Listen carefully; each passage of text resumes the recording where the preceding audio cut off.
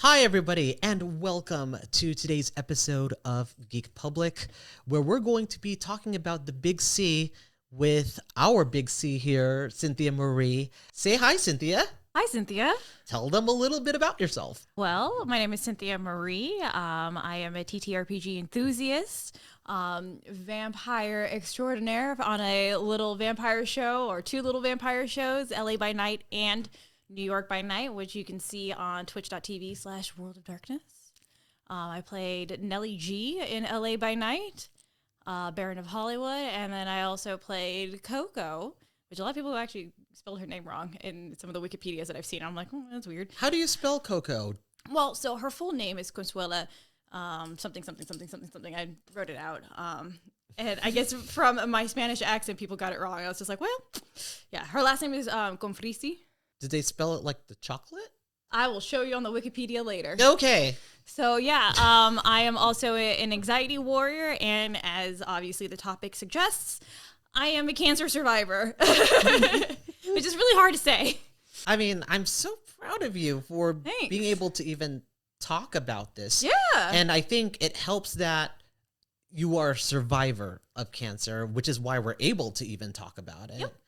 Now, let's start with the fact that you just ended chemo 3 weeks ago. Yep. How are you feeling right now? No, I'm in better spirits, physically and mentally. The only thing physically wrong right now, not wrong, but one of the side effects of long-term chemo is I have pins and needles in my hands and my feet. So it's called peripheral neuropathy. It attacks your nerves. Chemo attacks basically everything in your body, all the cells, right? Like the whole point of chemotherapy is that you're taking in, I hate to use this word, but you know, my aunt and I use this word and I'll get into it later. We call it poisoning our bodies. Yeah. It's attacking all cells, including healthy cells and cancer cells, and also attacks your nervous system. Yeah. I mean, you're essentially literally nuking your body in order to get rid of the cancer, just to also make sure that the cancer has nothing to latch onto for it to come back. Yep. So let's start off with, how did you find out about this diagnosis? Yeah, so I had stage 3 colon cancer out of 4 stages, if people don't know. 4th stage means that it's metastasized in your body. So it did not do that to me. What does metastasized mean? So metastasized means that, how do I explain this? So typically with a tumor, it'll grow where it's going to grow. Right. Stage 1, at least I'm going to speak colon cancer specifically. Stage 1 is a polyp. Which, by the way, I'm going to make a PSA announcement. If you're old enough, 45 years or older, or if you have family history, go get a colonoscopy. Please, for the love of God, go get one. They're terrible, but they're worth it. Anyways, so talking about that. So the reason why I wanted to bring up a colonoscopy is because stage 0 and stage 1, colon cancer develops as a polyp. So basically think like a pimple inside your colon. So a colonoscopy, what it does is it takes a camera up your rectum, basically skewers you and looks for different things. And if they find a polyp, they can snip it and biopsy it. So essentially, if people were to do their colonoscopies, colon cancer can be avoided.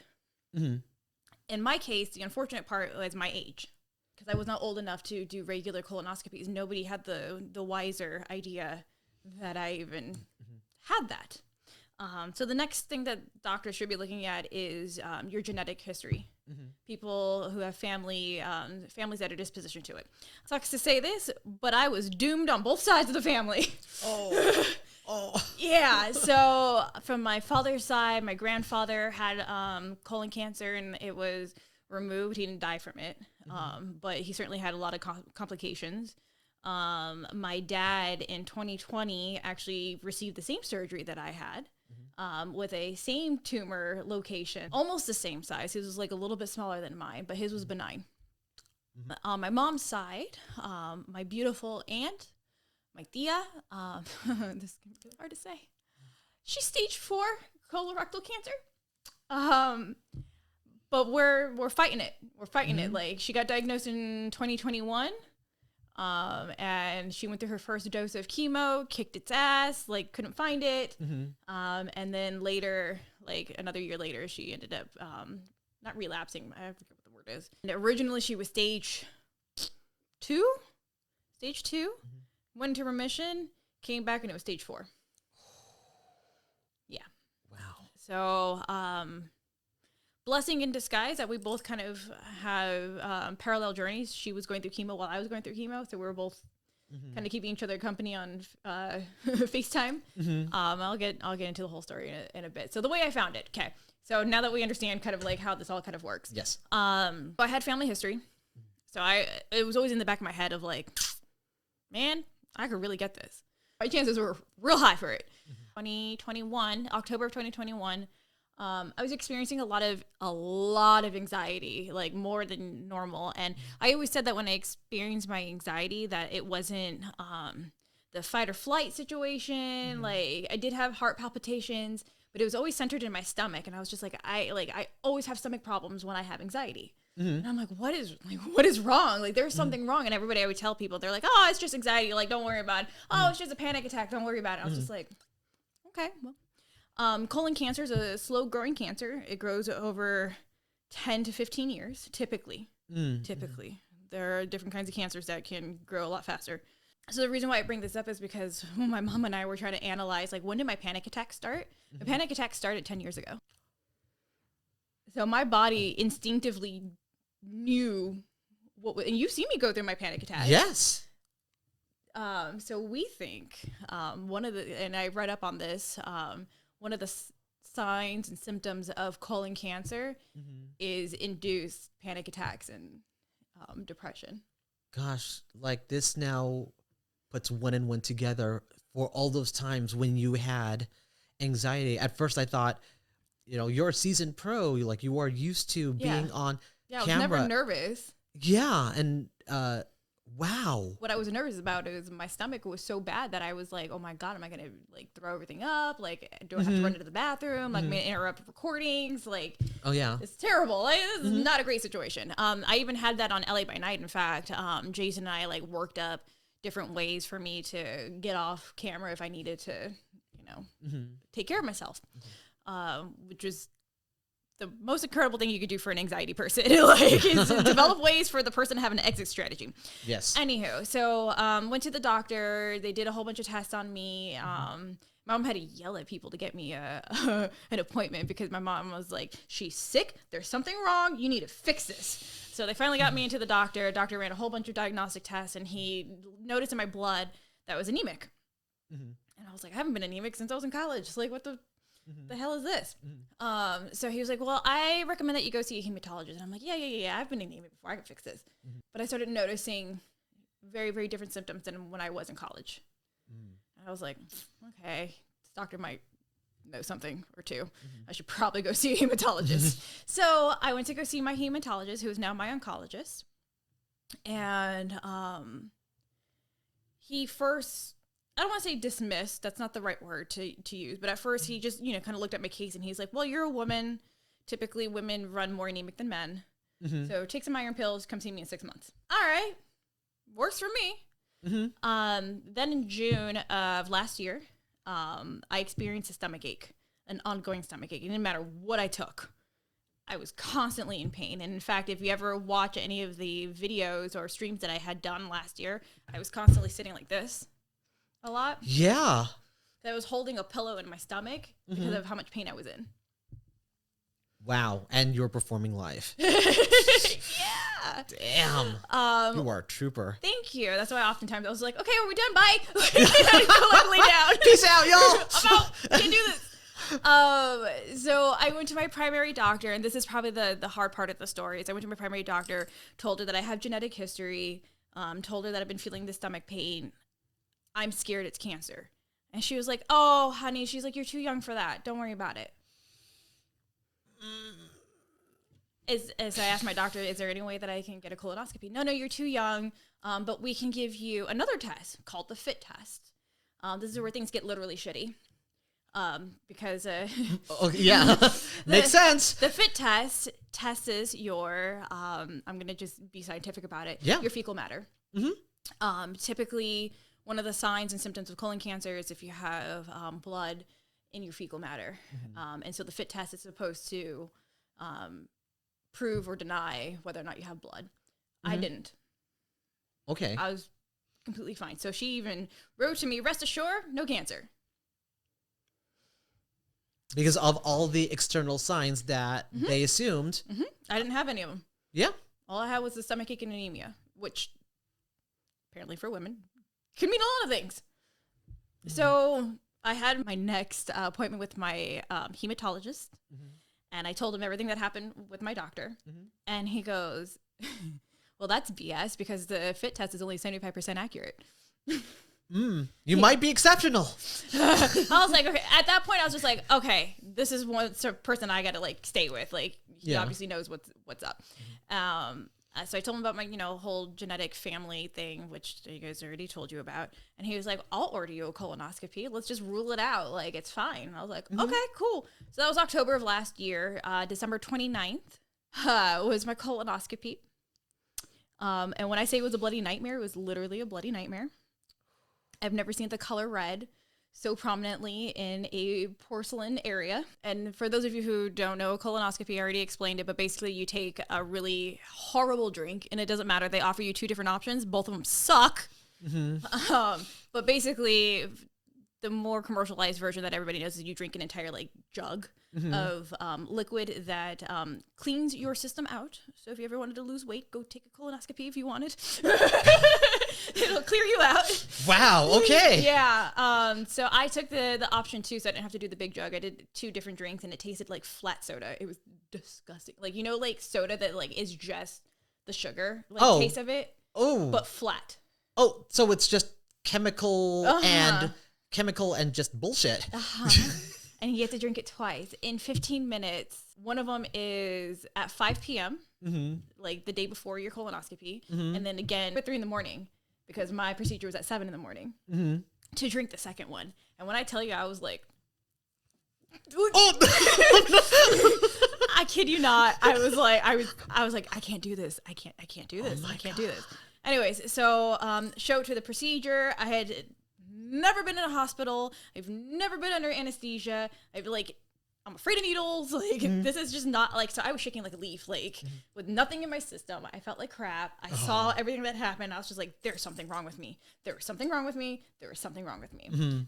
Blast back a couple of weeks beforehand, I had the intuition, and you and I talk about, divine intervention or whatever you want to call it.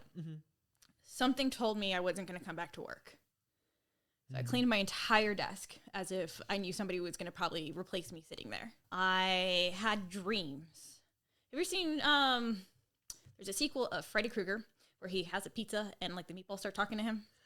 I have not, but I can envision it. Okay. So I had a dream that in this location, there was a giant ball coming out of me and it was talking to me. Get to that in a second.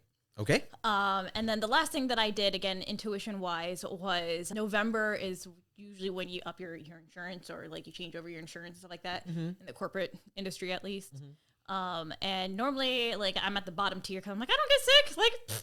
Why am I going to pay a huge... My intuition was just Cynthia, next year's going to be real expensive. You should probably up your plan. And I remember talking to my mom. I was like, do you think it's dumb that I do this? She goes, no, this is a good idea. I was go ahead. So I upped to the highest premium. Thank freaking God. So now, rewind to the 29th. I get my colonoscopy and an endoscopy. If anybody doesn't know what that is, you're getting skewered down your mouth. So I was roto-rootered. Both ends. Wow. Get that sewage out. I know, right? And I saw all the images and everything, so I'll leave the graphic images out of this conversation. But I come out of the procedure, which, by the way, they put you into a twilight anesthesia, so you're not completely under. Oh, wow. So you are aware? Kind of aware. Kind of. So I have flashes of them prepping me. It was bucking. I was just hell no, you're not doing this to me. No. So they knocked me out. They're shut this girl up. You should have done it in the first place. Right? Yeah. And make sure that they put the line in correctly. I will share a story as to why, to somebody who was very personal to me, woke up in the middle of the whole thing. I did not wake up during mine. I do have flashes of remember because they were like, okay, you're gonna feel like a pinch in your stomach. There's a potential you'll feel a pinch in your stomach. That's just a camera. So I did feel that, but I remember feeling it and being like, oh, this sucks. And then I fell back asleep again. Like woke up. My dad is standing next to me because he was the one who took me to the procedure. Gastroenterologist and nurse is like at the foot of the bed. I set this up because the gastroenterologist goes, hey, everything looks great except for you have a tumor on your right side. Remember that dream? Yeah. So my body instinctively was telling me a lot of different things that I missed a lot of it, I guess, or just misinterpreted rather. They're like, okay, well, we need to set you up for surgery. My dad was just like, no, we have a surgeon. Give us this doctor because he had the same procedure. So the same surgeon that operated on my dad operated on me. I won't go into the details with all the insurance crap because it was literal crap, but I will say my mom is the best mom ever. She took the phone away from me because I was arguing with insurance companies, and she took care of everything, like every single appointment that I had. She was the one who was planning it all, like arguing with people, like because one of the times that I like basically just started crying on the phone was I had to go get a PET scan. I've done CT scans, PET scans, you name it, I've done it all now. When I called for the hospital, like the number they gave me, they're like, oh yeah, we won't get you in until about February. Balls! Like, no! And I was just like, I'm sorry, my surgery's next week. I need to have this scan so that my surgeon can see what's going on. And they're like, oh, well, it was put in as routine because of your age. My mom snatched the phone out of my hand and my mom was like, leave the room. And I was like, ooh, you in trouble? Oh, you messed with Mama. Yeah, Mama Bear was not happy about any of that. So, needless to say, she's a trooper. She kicked ass for me. So January 16th was my surgery date. It was the literal worst weather in Los Angeles that day. Like, I'm talking storm cloud, heavy buckets of rain. It was terrifying. You manifested I did. into the sky. Mother Nature was not happy. Yep. And as a side note, going through chemo every day, except for 2 of my chemos, were gloomy and rainy. Wow. So again, talk about divine intervention. Take that as you want. So January 16th, I went in to an incredible hospital. So I'm going to shout it out because the staff there is just amazing. Providence Holy Cross in Mission Hills, California. That's where I was at for a week. A week. Because of course, drama queen over here always has to have some sort of drama with her stories. Can't just be like straight cut, like did surgery went well. Can I say this? One of the bullshit things about the fucking medical industry for women is anytime you do something, you have to take a pregnancy test. And I'm like, y'all. Oh, no. Y'all. That is every time remarkably sexist. Every time you have to take a pregnancy test. And I get it. There was probably lawsuits that happened. I get it. However, with somebody who's fighting cancer, there's only so many times I'm going to take a fucking pregnancy test when my brain is not on that. My brain is on, can I live? Please. I went through some really dark times. I had to talk to my therapist. Like I was really scared that I was going to die. And she turned my brain around and she was just like, what if you lived? And so that's been my motto going through all of this is what if I lived? So went through surgery January 16th, came out successful. Everything was good. Everything was fine. Until that Wednesday when I was supposed to get dismissed. My heart rate went up to 135. Was just laying in a bed. I was experiencing massive pain in my stomach. And they all knew that I was an anxious person, so none of the nurses were letting on to tell me what was going on. My mom was standing there, and they're like, Mom, you need to go out in the hallway. And the nurse was just like, we are admitting you to the, oh my God, I'm going to say the word wrong. But basically the heart unit. TAC something. Telemetry? No, that's not it. Tachotomy? Okay. That word. Can't remember the word. Sorry, you guys. We will find out what that is in the proper term in graphic. Yeah. So I was admitted to that ward instead of the recovery ward because they had to monitor my heart and figure out what was going on. That was probably around 3:00 in the afternoon. And typically in hospitals, if you guys have never been in a hospital, you have 1,001 people checking on you like every 5 minutes. So I had the nurse that would come in. There was another nurse who would come in every hour to check my heart rate and my blood pressure. Every morning you get woken up by somebody who wants to take your blood. So vampire in real life. Vampires in real life. Yes, I was attacked many times. And live to tell the tale. The doctor on call would come in and be like, hey, how's it going? Blah, blah, blah, which my doctor on call was always amazing.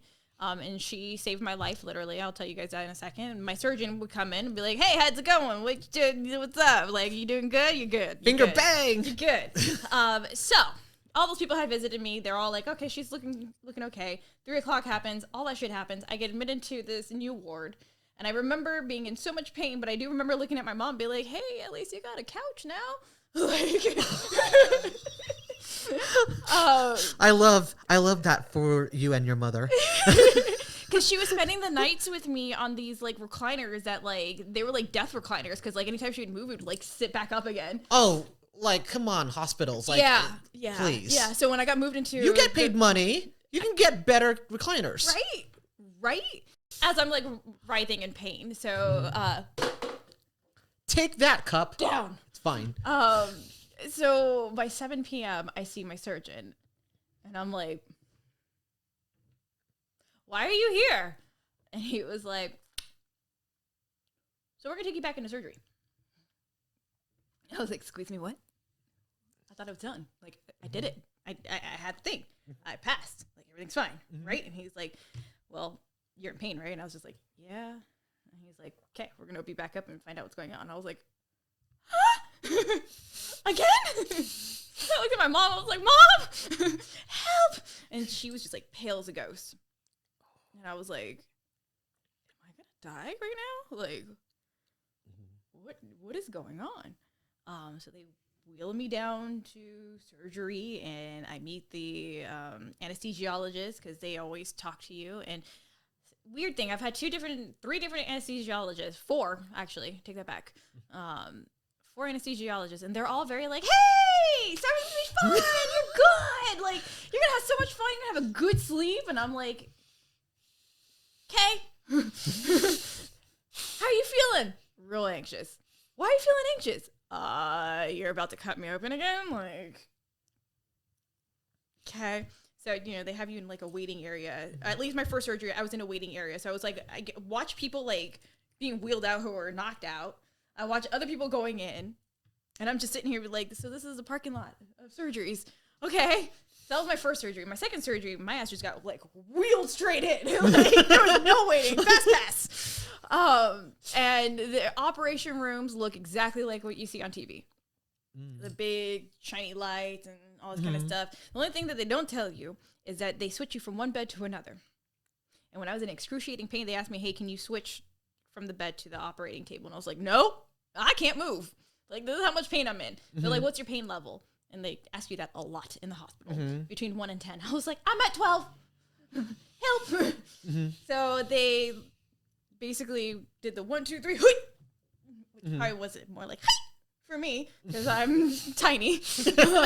But yeah, so then I remember them strapping my arms in and lights out. Anesthesia. Anesthesia. I wake up and I see my surgeon with his head down a little bit. And he apologized to me. And I was like, why are you apologizing? Like, you literally were saving my life. I had no pain anymore.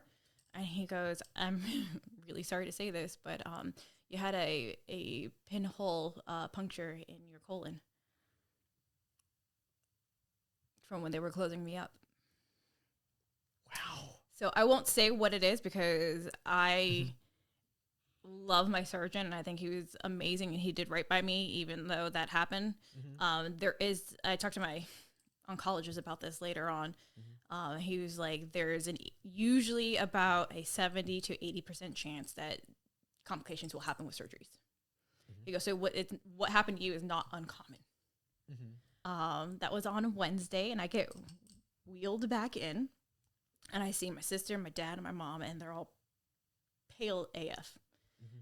But they all took in a big, deep breath. I can see the color kind of come back in them. Again, I'm under anesthesia still. So everything's real funny to me. I didn't know this about myself, but on anesthesia, I'm a comedian. Before I got wheeled into the second surgery, they put me on morphine. I've never taken morphine. I've never done any of the, and anytime they were trying to treat me, I was like, I don't want that shit. Like, give me aspirin. Like, I will do this old school way. Like, nah. They put me on morphine before I got into the surgery. So I was loopy. Loopy at AF. That was loopy when I came back. So they asked me again, what's your pain level? And comedically timed, I go, what? And my whole family just started cracking up. And I was just like, oh, I'm funny. Oh, this is great. I'm funny. After that was probably one of the most humiliating moments in my life. To the point that I texted my mom the next day and I was like, I don't want anyone to see me. She was like, well, too late. Your sister and your dad are on their way. And I was just like, I don't want them here. I don't want anybody here. I'm so mortified about what happened to me. And I'm going to be open and honest with you guys here. Something that happens with your colon when you have surgery and remove. So my whole ascending colon is gone, including my appendix. But don't worry, you got 12 feet of colon. So like put you back together and usually pretty normal. Yeah, that Thursday night, it's real hard. I was in a lot of pain. A lot of pain. Providence Holy Cross, so it's a Catholic hospital, and I'm Catholic, and so there's a cross that's sitting in pretty much everybody's room. And I started praying, and I was like, "Look, if you exist, you help me now, because like this is not getting any better. I'm so embarrassed, and the biggest embarrassment." And I find out from pregnant ladies, they're like, "Oh, this happens to us all the time." There's just no easy way to say this. I shit it on myself 6 different times. There's no easy way to say that. But I think people need to know that information because nobody talks about this when you're trying to heal from this stuff. And the only reason why that kept happening to me was because I would call for the nurse because I had to go to the bathroom. You can't use your stomach because I just had surgery on my stomach. Right. So how do you sit up? You need assistance. They dubbed me Wonder Woman because what I would do is, if nobody would help me, I would dig my feet into the bed, and there's like handles, like diagonal handles. Oh yeah, like the straps that. So I would literally pull myself up, and they're like, "How are you doing that? Like without using your stomach?" And I was just like, "When there's a will, there's a way." Wonder Woman. Hell yeah. So the nurses at night, they're overtasked with people, and I get it. I'm the young person. Like, I don't need as much assistance. But when I would ring, they would take too long. I was in excruciating pain, and I was just like, Lord, what do I do? And basically, I was just like, I either let this out now, or I keep suffering pain. Yeah. So hence the 6 times that happened to me. So of course the next morning I was like, I don't want anyone here, like, because I don't know what's gonna happen to me. Like it might happen again, and I don't want it to happen in front of other people. Yeah. It's gonna cry. My sister was the most incredible nurse that took care of me. To preface, she doesn't like people throwing up. Like she's squeamish about that kind of stuff. And the minute that I was like, I gotta go, she would get up, unplug, so because I, still hooked up to an IV the whole time, which is why I need to nurse it. Yeah. Unplug the thing. She would wheel it over. She goes, ready, 1, 2, and she would like help me get up. She went in the bathroom with me, and there was a couple of times that I thought I was gonna like toss my cookies. She held a pillow to my stomach, like just jammed it in my stomach, so that like when I got ready to do it, she held the bag, she held my hair, like she did everything for me that day, and I was just like, where did this girl come from? She's my best friend, taking care of me, like it was awesome. My mom was there pretty much the entire time until she couldn't because she had to work. And we played Pictionary, a small version of Pictionary. My mom just brought the cards and we would just like sit there and guess them.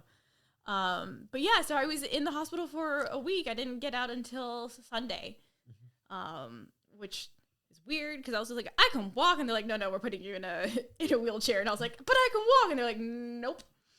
You have 4 goals essentially when you go through this. You have to, pardon again, this is gonna be gross. You have to fart. You have to defecate. I don't necessarily burp, but like some sort of way of getting like all the gas Like out. expelling the gas. Yeah. You have to walk and like prove that you can walk, and you have to eat. You have to exhibit all of the normal functions to make sure that everything works. So that makes a lot of sense. After my second surgery, I was like, because I was in so much pain, everything like nauseated me. Like even like one of the nurses came in with like a really powerful perfume, and I love perfume. Don't get me wrong, but like every time she'd come in, I'm like, oh, like this is horrible. So like by like Friday afternoon, Saturday, I kind of like sat to myself and I was just like, girl, if you're ever gonna get out of this hospital, you gotta eat. You gotta do all these different things. And so like the food was, I don't want to say the food was nasty. Because they did give you good stuff, but like for a nauseated person, I was just like, are you guys even like listening to me? Like I'm nauseous. That one, I will never forget this. One of the places they gave me was beef bolognese. And I was like, and then the appearance is not even the best when it comes to, you also were shitting yourself. So I'm like, no, that just. And then the dessert was a big fat cheesecake. Okay, well, it's cheesecake. I couldn't, none of that. Wow. None of that. So like after a while I was like, Cynthia, you gotta show them that you can eat. So I was like trying to eat like as much as I can to be like, I'm eating. Let me out of here. I can eat food like a real vampire. I mean, no. I know, right? So my parents took me home. It was 7 weeks of recovery. So thank gosh, I had a good job. And I was able to take the 6 weeks off with pay. And then the reason why I say 7 weeks is because I did go back to work online. And I needed that additional week for like my body to like really fully adjust. My mom slept with me for most of the nights because if I needed to get up, go to the bathroom, like still needed help. And oh my gosh. So I don't want to say stapled. They're like rings that they put in. And never forget this because again, girl has never had any surgeries before. When they're like, okay, we're gonna remove the staples, and I was like, well, how the fuck are you gonna do that? It's in my skin. And they're like, oh, don't worry about it. And I looked at my mom and I was just like, Mom? And she was like, actually, it feels weird. Like she's like, don't worry about it, you'll be fine. And I looked at my dad, I was like, Dad? And he was just like, it's fine, don't worry about it. I looked at my surgeon, I was just like, are you kidding me right now? And he pulls out these it looks like kind of like a nail clipper, but like for metal. And I'm like, now where the fuck are you putting those? And he goes, lay down. I was just like, like, what are Tell you me! Tell me! What's going on? He goes, you're going to be fine. Don't worry about it. So for the record, not that you guys can see it, but I have an incision underneath my belly button and I have 3 going up. The 3 were for the cameras that they put inside my body. And then this one is where they everything. So I had like 6 rings going up this way and like 3 here. So he goes for this one here, and I'm just like, okay, let's do this. And so he clips one, and the way that I describe the feeling is, have you ever clipped your nails and you get like the skin that's underneath? Yeah. And you're just like, Yep. But it doesn't hurt. Yeah, just more like it pulls on the skin, so you just kind of automatically react. So that's what this felt like. Oh, okay. And I was like, oh, okay. He goes, did that hurt? And I was like, not entirely, no. But, yeah, it's just a little. And he goes, okay, you ready? And I was just like, what? And he goes, cut, like just all of them. And I'm just like, oh shit. So that's how I got my staples removed. That was like the weirdest thing. But I wanted to say that because like if people who are like me who've never been in the hospital, never had surgery, that's what it feels like. Like, don't panic. I promise. He almost like unzippered you. Yeah, pretty much. Yeah. And I was like, freedom. Like, whoa, this feels so much better. And then let's see, that was like February. March was my first oncology session to my hematologist. So he knows my whole story. They wanted to put me with a different oncologist, but I was just like, no. He knows my backstory. He knows how I operate. We'll be fine. And before he got started talking, I was just like, look, I know you're sarcastic. I need you to be really kind to me right now because I'm really sensitive. And he was like, I got you. Don't worry about it. And he goes, so you have to do chemo. I was like, excuse me, why? He goes, because of your stage. I was like, what do you mean? Like, nobody told me my stage this entire time We had the pathology report of my tumor. I've seen my tumor. If anybody wanted to know, here's the graphic description. It looks like a burrito covered in barbecue sauce. Sorry, I got the image. Yeah. I'm not going to have burritos for a while. Sorry. All right. That's totally fine. I was going to have them anyway. Yeah. Okay, so my oncologist is like, yeah, you have to do chemo. And like, so obviously I started ball crying because I was just like, fuck, like I was told that like everything's good. He goes, no, everything is good. He goes, right now you are in remission. Right now, there's no evidence of disease. He's like, you can walk out of my office right now. You have a 40% chance of that coming back. Which, if you do statistics, 40%, not too bad, but not great either. Right. He goes, if you do chemo, you have a higher chance of just closing that book and being done. So I said, well, there's no choice here. Like, there's the obvious thing that I need to do. Like, you know, I had done some research, so I kind of knew that it potentially could be the case. And I was like, okay, well, how many cycles? So cycles for chemo means the day that you start to the day that you get unplugged. And then you have the week of recovery and you do it all over again. He goes, you have to do 12. Every other week. So question. Sure. Is 12 a high number? Or So 12 is the average for colon cancer. So each cancer is treated differently. Okay. Breast cancer, I believe the average breast cancer chemo cycles are 6 weeks. Or sorry, there's 6 of them. However, I will say, having my cancer sisters, I created a group with all my geek friends who have all had similar experiences, and we all just talked through the literal shit that we had to go through. So most of them have a stronger chemo than the chemo that I had. And my doctor was very adamant in saying, like, of all the chemos that you're getting, this one's one of the more easier ones to get through. So I was like, okay, all right, cool. For those of you who probably have some experience with somebody going through breast cancer, they have a very terrifying one called the Red Devil. It literally comes in a red liquid, and that takes people out. I didn't have that. So I asked him, what was my chemo regimen? Like, what are you putting me on? And I was on a regimen called Full Fox. So one of the lines in a speech that I gave in June broke down the wording. So the FU stands for 5FU, which is a chemo-based therapy that was pumped into me for 3 days. And in my speech, I told them that now I understand the meaning of 5FU, because literally it was like 5 fuck you. Yeah. Like, you're going down. And then I had Leucorvin, so that's the L. The L. Leucorvin is a folic acid that helps intensify the chemotherapy, like make it like work better. At the same time that I was getting Leucorvin, they were also pumping in oxaliplatin. That is a platinum-based chemo, so I was literally full of platinum. So they pumped that into me on Wednesdays for 2 hours, and then they would send me home with a pump attached to me from Wednesday to Friday. Then I'd go back on Friday, and they would disconnect me. So that was pretty much what he put me on. 12 weeks. He's like, you can do this. You're young enough. We're going to hit you with the kitchen sink, so we can make sure that we blast it out of your system. All right. He goes, so we're going to sign you up for surgery. I was like, whoa, pump the brakes. What do you mean another surgery here, sir? He goes, well, you have to get your port implanted. I was like, fuck. All right. How does this work? And so they explained it to me, and I can actually show you. So this is my port. It's a heart-shaped system that, if you can see the cord that runs all the way up into my main artery. I'm going to just move the hair a little bit. Yeah. Oh, sorry. Yeah, no worries. You can see the line here. Goes into my main artery that pumps into my heart, and that's how I receive chemo. You could probably see Hank Green have one. I believe he has one. A couple of other influencers who do have cancer. We all talk about it. Surgery was an incredible experience.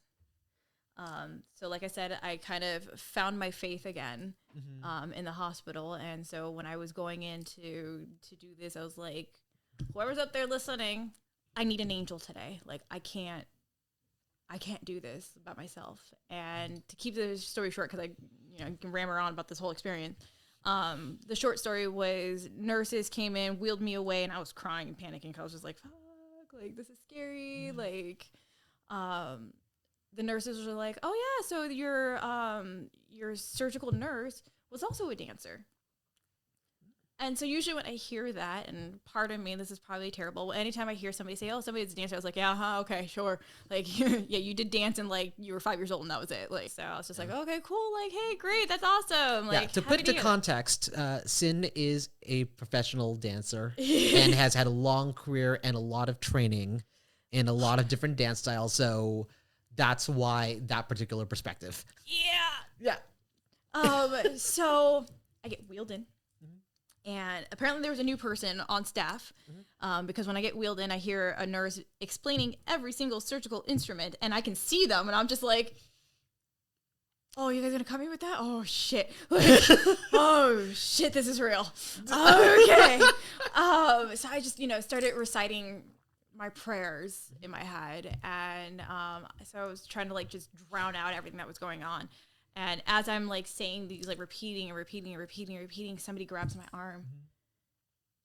And I look and she pulls her mask off and she goes, do you remember me? And I had flashes of when I was 5 years old at my dance studio growing up. The dance studio owner was like my second mom. And her niece used to train us. And I remember looking up to her niece and being like, I want to be like Laura so bad.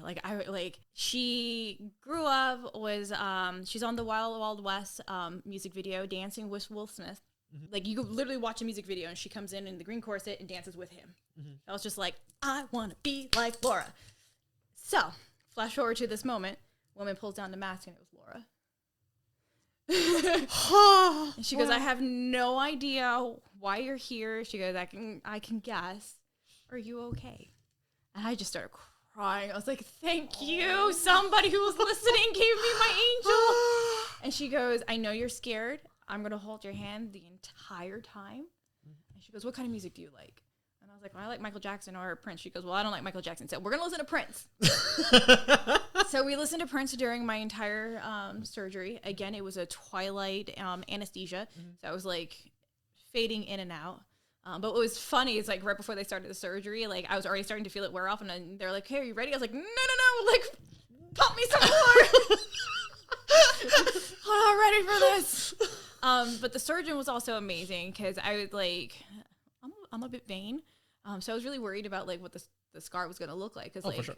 At least these ones here I can cover, like, these one and these one, there's 2 scars. Yeah. I was like, but the surgeon was amazing. He was just like, my mom went through breast cancer. She had a port inserted in her and they butchered her. He goes, I don't want any of my patients to ever feel like I butchered them. So he's like, I'm very cognizant about the cosmetic issues that come along with this type of surgery. So he's like, if you trust me, I got you. And I was just like, all right. And I looked at Laura and she was just like, if I had this, he's the one. I was like, okay. Okay. All right. So we did the thing. I actually outshined the new nurse because he was asking, like, why do we use silk instead of this, that, and the other? And the guy couldn't answer. And me being a fashion diva, I was just like, oh, because the thread count is softer and better and stronger than cotton. Me under anesthesia said this. You geek. I know, right? And the surgeon, like, I mean, obviously I couldn't see because they put, like, a shield so you can't see, like, you get yourself getting cut up. Oh, yeah, for sure. But I can feel the surgeon turn around and look at his new nurse and being like, she's smarter than you. Like, so they inserted it in me. It was probably one of the easiest and best surgeries. Actually, the fun part, there's like a roller coaster ride. What? Yeah. So remember how in my first surgery, they're like, hey, can you move from one bed to another? And they would like actually have to like lift me and go, hi. Right. Mm-hmm. Okay. With this one, so cool. After I was done with surgery, they're like, okay, you're going to go for a ride. And I was like, what do you mean? They're like, just wait. So the whole bed basically, like almost like a flotation device, it like fills up with air. And I was like, what is, like, and I'm under anesthesia. I'm like, what is happening to me? I feel like I'm seeing the ceiling going like this. And then like, I mean, obviously I couldn't see what was going on, but basically they like glided me over to the bed and then it deflated. I was like, what? Now, why didn't they do this in my first surgery? Like, this is so cool. So wasn't ready to say goodbye to Laura, and Laura wasn't ready to say goodbye either. She's like, are your parents upstairs? And I was like, yeah. So she was like, I'm wheeling you back up because I want to go see your parents.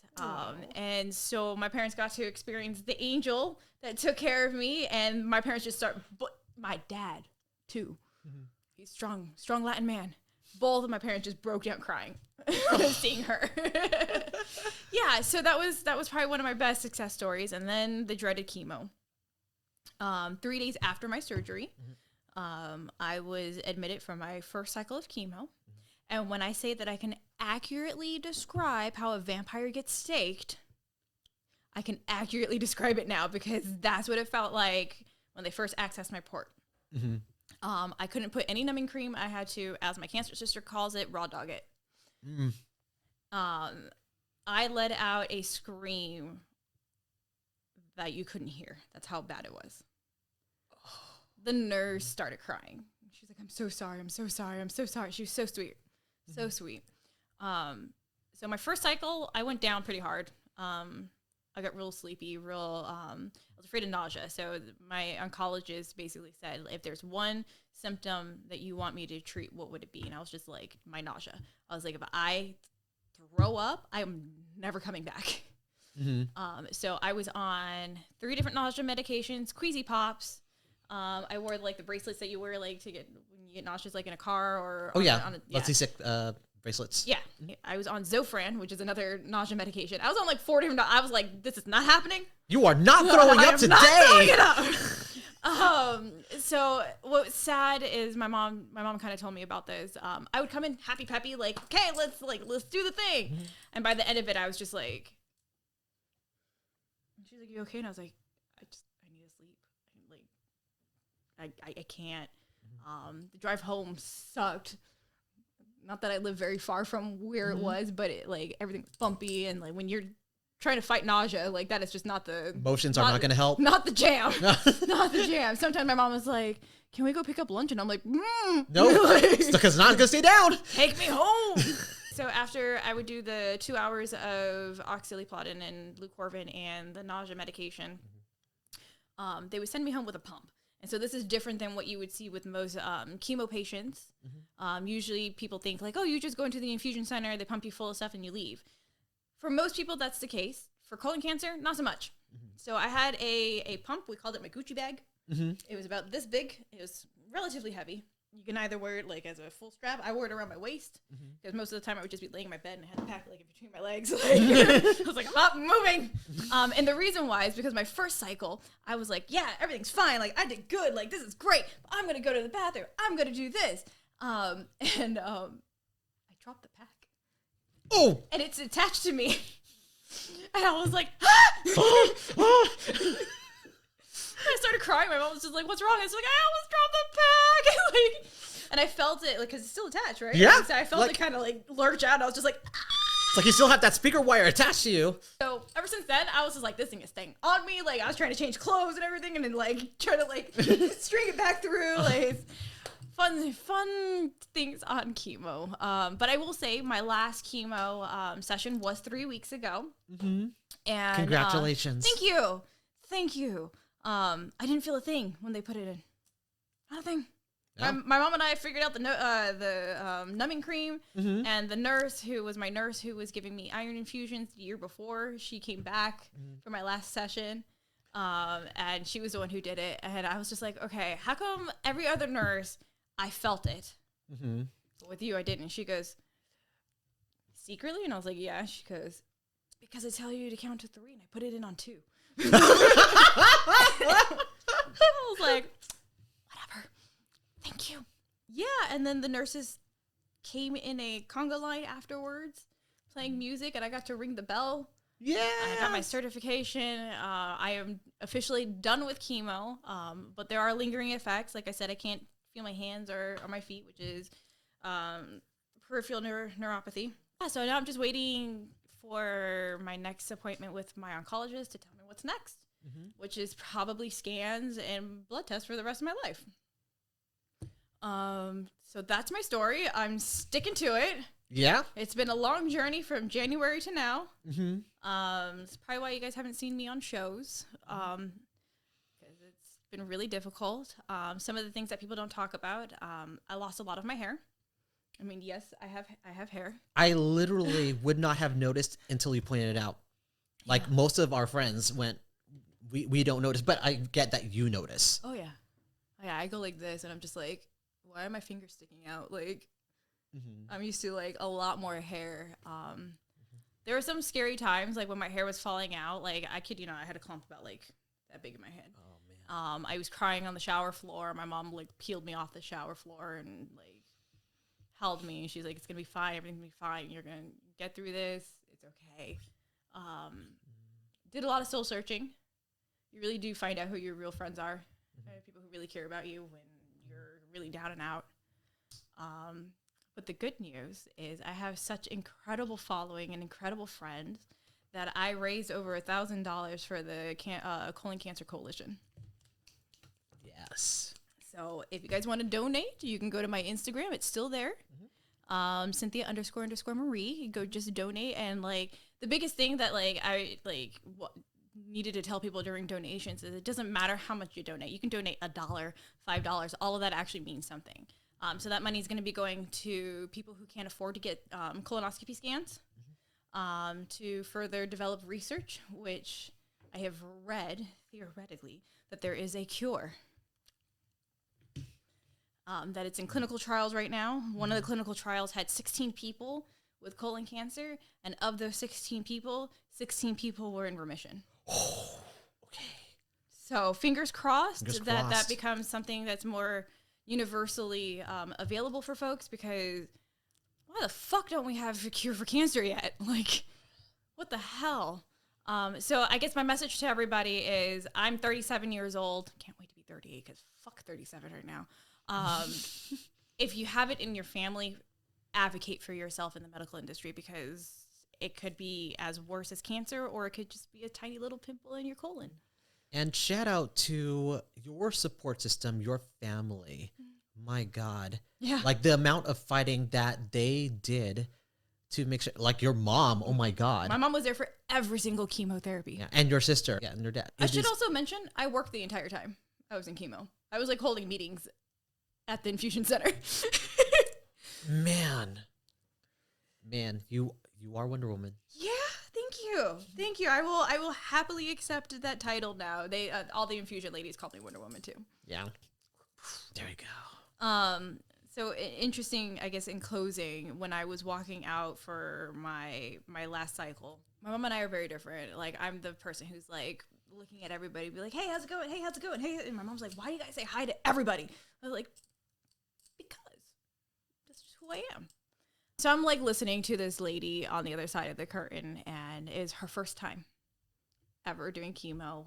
She believe was breast cancer, and her whole family was there. You hear the chatter of it all, and I felt bad because I was at the end of mine, and the conga line comes, and I'm just like, oh, this poor woman is probably like, when is this going to be me? Like, how long am I going to be here for? So as I'm walking out, her curtain was open, and she was just, there's the chemo, I call it the chemo gaze, where you're just like, you're half asleep, but you're awake because the shit's going in you. Mm-hmm. And I just looked at her and I said, girl, you got this. I was like, you have to keep your brain on saying that you got this, otherwise you're not going to make it through. And she just smiled and she was like, thank you. And I looked at my mom. I said, that was a message that I got from whatever being, is that I need to spread my story as much as possible, because people don't recognize that young people are susceptible to cancer. It's not an old person's disease anymore. So please get your colon checked. Where can people find you on the internet and the things that you're going to be doing from this point forward? So I already mentioned my Instagram, but if you didn't catch it, it's Cynthia__Marie. I also go on The Bird, or formerly known as The Bird. The X-Bird? Yeah, The X-Bird. That's a good name for it. The X-Bird. The X-Bird. The X-Parrot. That one, Threads, all the other social medias, Blue Sky. You can find me at Syndancer, Cyndancer. On Twitch, I'm also known as that. Otherwise, you could just find my work on YouTube and some other channels. Woo! I love you. I love you. Thank you for joining us. Thank you for telling your story. Yeah. And be kind to each other. And have a wonderful day. Check your colon. Check your colon. Get stuff up your butt. Yes. You fucking killed it. Oh my God.